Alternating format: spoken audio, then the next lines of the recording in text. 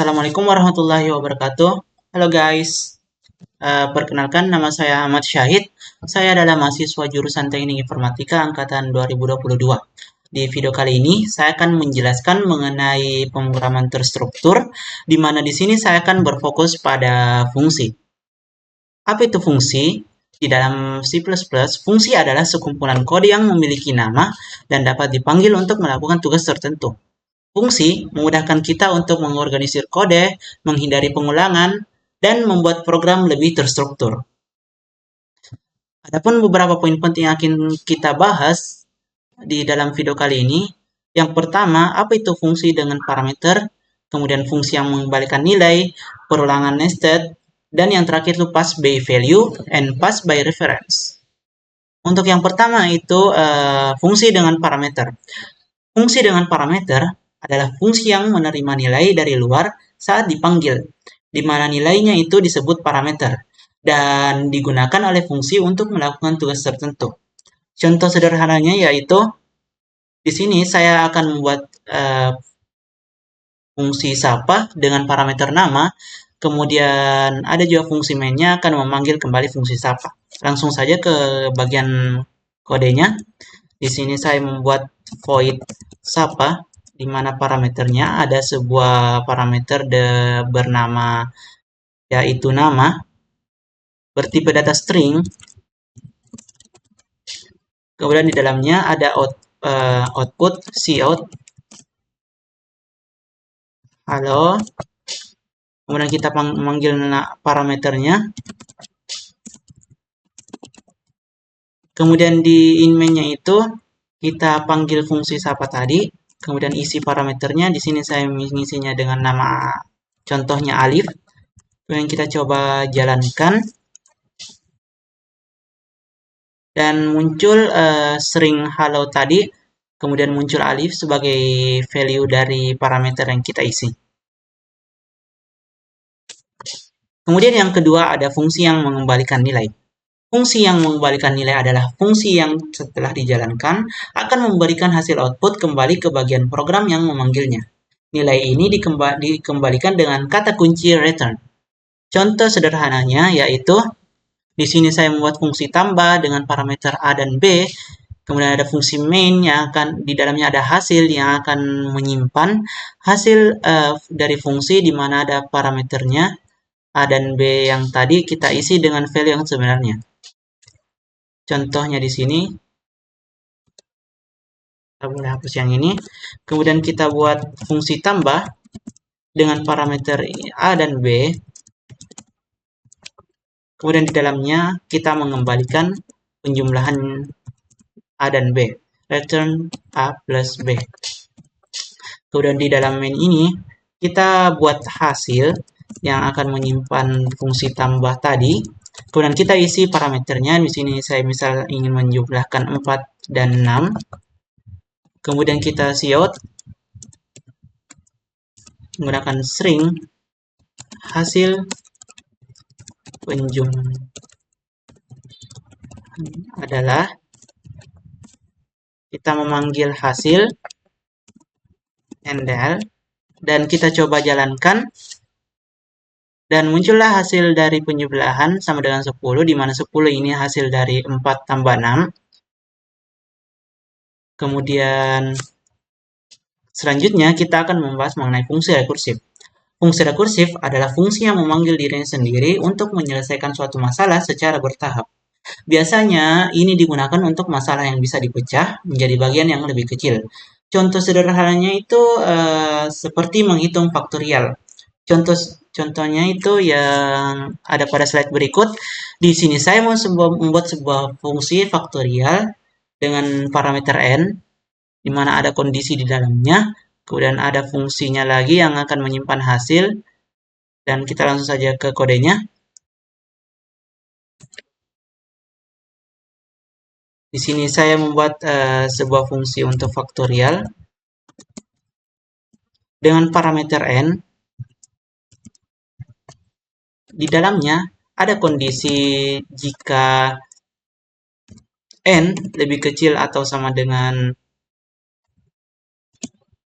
1, maka akan mengembalikan nilai satu, di mana arti dari nilai satu ini adalah kondisi dasarnya atau eh, kondisinya akan berhenti.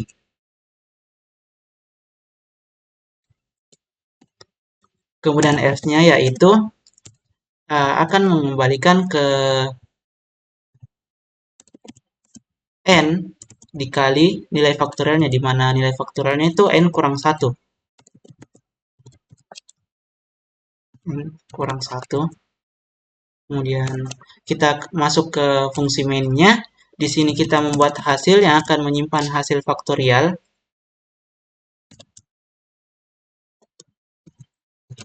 Di sini saya mengisi parameternya, contohnya 5.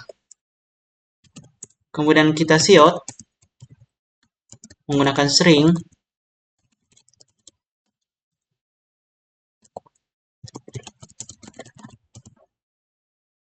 Kita memanggil hasil tadi. Kemudian kita coba jalankan. Maka muncul 120, di mana 120 ini adalah hasil faktorial dari 5. Di mana ada 5 dikali 4, dikali 3, dikali 2, dan dikali 1.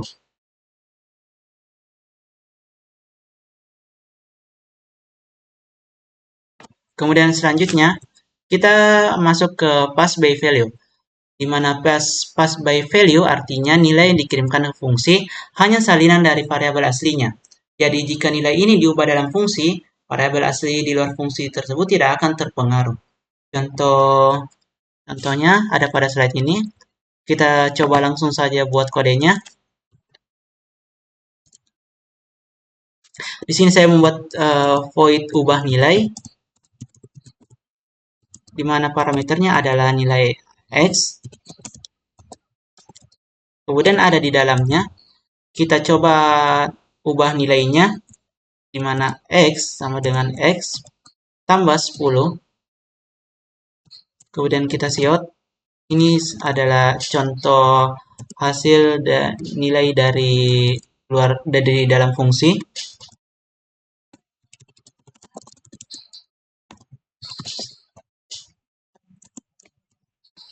Kita pemanggil x-nya, kemudian handle. Kemudian kita masuk ke fungsi utama. Kita buat nilai a, di mana ini kita anggap sebagai variabel aslinya. Kemudian kita memanggil fungsi tadi, ubah nilai, dan mengisi parameternya dengan nilai a. Kemudian kita melakukan output string nilai di luar fungsi.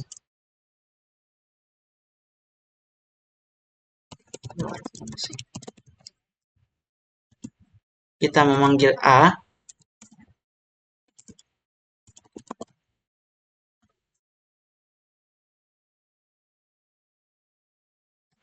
dan muncullah nilai di dalam fungsinya 15 dan nilai di luar fungsinya 5. Didapatkan penjelasan bahwa nilai x itu tadi hanya berupa salinan dari a, jadi tidak akan mengganggu nilai dari variabel aslinya. Kemudian untuk pass by value ini cocok digunakan jika tidak ingin mengubah data aslinya. Kemudian kita lanjut ke pass by reference. Pass by reference artinya kita mengirimkan alamat atau referensi dari variabel asli ke fungsi. Jadi jika nilainya diubah dalam fungsi, maka variabel aslinya ikut berubah. Ini bisa dibilang kebalikan dari pass by value. Contohnya, kita langsung saja ke bagian kodenya.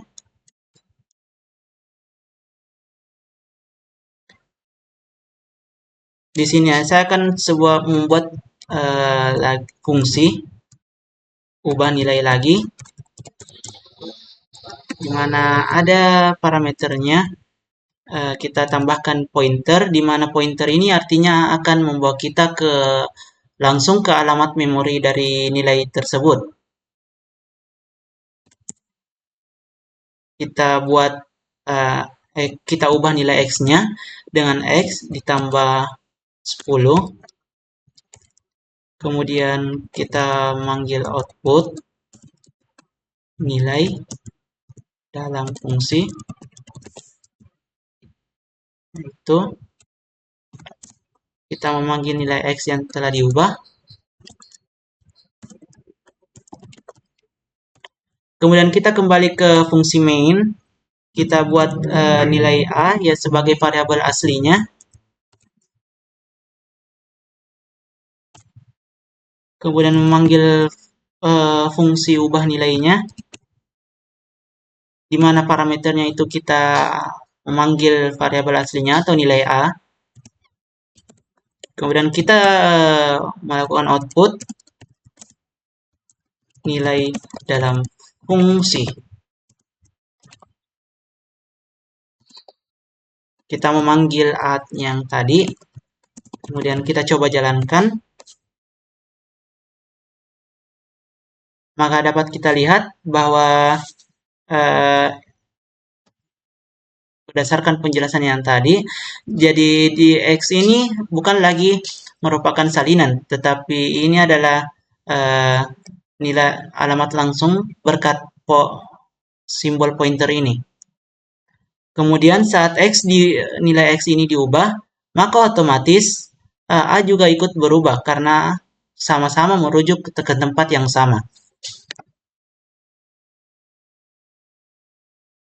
Itu saja hasil materi kali ini. Kita coba mengerjakan satu tugas. Di sini ada tugasnya. Kita disuruh membuat fungsi untuk menentukan apakah bilangan yang kita inputkan itu genap atau ganjil. Langsung saja kita hapus dulu.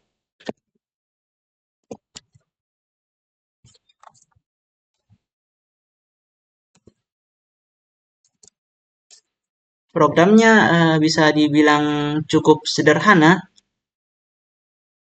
di mana kita hanya perlu membuat fungsi void cek bilangan, di mana parameternya ada angka. Kemudian di dalamnya kita buat kondisi if angka itu modul atau habis dibagi 2, maka akan dinyatakan sebagai bilangan genap.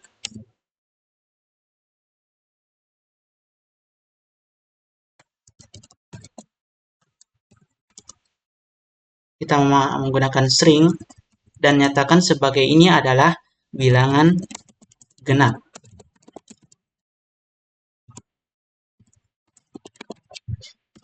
Kemudian kondisi else-nya yaitu kita akan menyatakan ini bahwa angka ini adalah bilangan ganjil.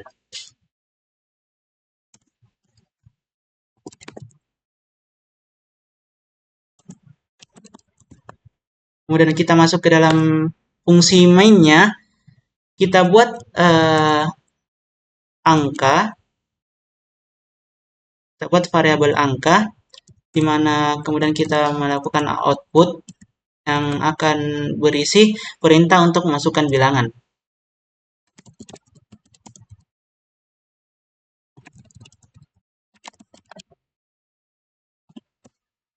Kemudian kita menggunakan scene agar kita bisa menginput ke dalam program kita. Kemudian kita memanggil fungsi yang cek bilangan ini dengan parameternya yaitu angka, cek bilangan, angka.